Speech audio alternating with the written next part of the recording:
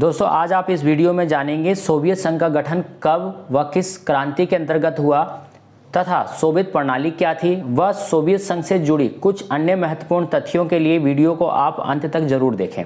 दोस्तों नमस्कार, मैं उदय आप सभी का आपके अपने YouTube चैनल प्रोमिनेंट क्लासेस पर स्वागत करता हूं। यदि आप इस चैनल पर नए हैं तो इसे सब्सक्राइब कर लें, साथ ही साथ बेल आइकन को भी प्रेस कर लें ताकि मेरी वीडियो की आने वाली नोटिफिकेशन आपको टाइम टू टाइम मिलती रहे। दोस्तों आइए अब टॉपिक को शुरू करते हैं। दोस्तों सबसे पहले हम समझते हैं सोवियत संघ का गठन कब व किस क्रांति के अंतर्गत हुआ। तो दोस्तों सोवियत संघ का जो गठन हुआ था वो 1917 में बोल्शेविक क्रांति के अंतर्गत हुआ था। दोस्तों सोवियत संघ का जो गठन हुआ था वो 1917 में बोल्शेविक क्रांति के अंतर्गत हुआ था। दोस्तों अंग्रेजी में इसे USSR भी कहा जाता है, यानी कि union of Soviet socialist republics भी सोवियत संघ को ही कहा जाता है। दोस्तों अब बात करते हैं सोवियत संघ से जुड़ी कुछ अन्य बातें। दोस्तों 15 गणराज्यों से मिलकर बना है। जैसा कि आप जानते होंगे कि USA 50 देशों से मिलकर बना है, ठीक उसी प्रकार सोवियत संघ भी 15 गणराज्यों से मिलकर बना है, यानी 15 अलग अलग देशों को मिलाकर सोवियत संघ का निर्माण किया गया था। दोस्तों सोवियत संघ का निर्माण समाज के हितों को ध्यान में रखते हुए किया गया था। दोस्तों क्योंकि सोवियत संघ का निर्माण समाज के हितों को ध्यान में रखते हुए किया गया था, इसीलिए इसे साम्यवादी यानी समाजवादी विचारधारा भी कहा जाता है। यह आप कह सकते हैं ये समाजवादी या साम्यवादी विचारधारा पर आधारित है। दोस्तों अब हम बात करते हैं अपने अगले टॉपिक पर।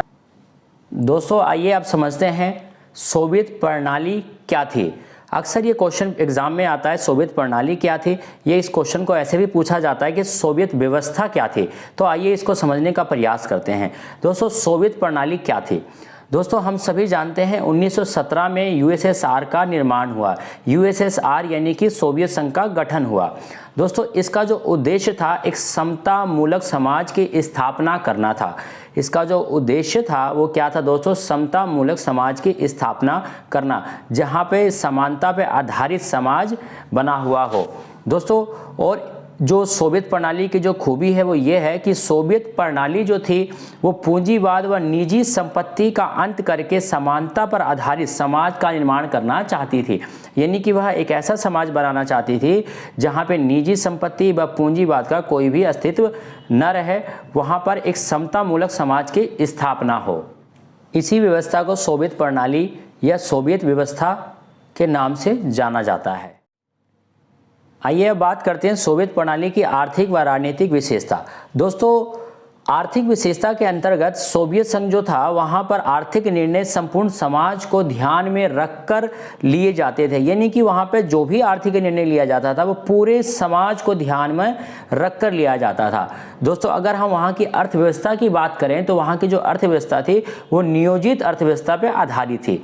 दोस्तों नियोजित अर्थव्यवस्था क्या होता है कि आपके पास जो भी यानी कि देश के पास जो भी उपलब्ध संसाधन है उन्हीं उपलब्ध संसाधन से अधिकतम लाभ कमाना या अधिकतम विकास करना ही क्या कहलाता है दोस्तों, नियोजित विकास कहलाता है। तो वहाँ की जो अर्थव्यवस्था थी वो नियोजित अर्थव्यवस्था पर आधारित थी। दोस्तों अगर हम बात करें वहाँ की बेरोजगारी की, यानी कि सोवियत संघ में बेरोजगारी का क्या आलम था, तो बेरोजगारी वहाँ पर ना के बराबर थी। दोस्तों इसके साथ ही साथ उत्पादन व वितरण पर सरकार का नियंत्रण था। यानी कि वहाँ पर जो भी उत्पादन होता था व वितरण होता था उन सभी पर सरकार का पूरा नियंत्रण होता था। दोस्तों इसके अगर हम साथ ही बात करें राजनीतिक विशेषता की, तो दोस्तों सोवियत संघ के अंतर्गत केवल एक ही पार्टी थी जो कि कम्युनिस्ट पार्टी, यानी कि वहाँ पर अन्य पार्टी जो थी वो प्रतिबंधित थी। यानी कि आप अन्य पार्टी वहाँ पर नहीं बना सकते हैं। जिस प्रकार भारत में बहुलवादी व्यवस्था है, यानी कि कई सारी यहाँ पे पार्टियां हैं, लेकिन वहाँ पे वन पार्टी सिस्टम चलता था और उस पार्टी का नाम था दोस्तों क्या, कम्युनिस्ट पार्टी।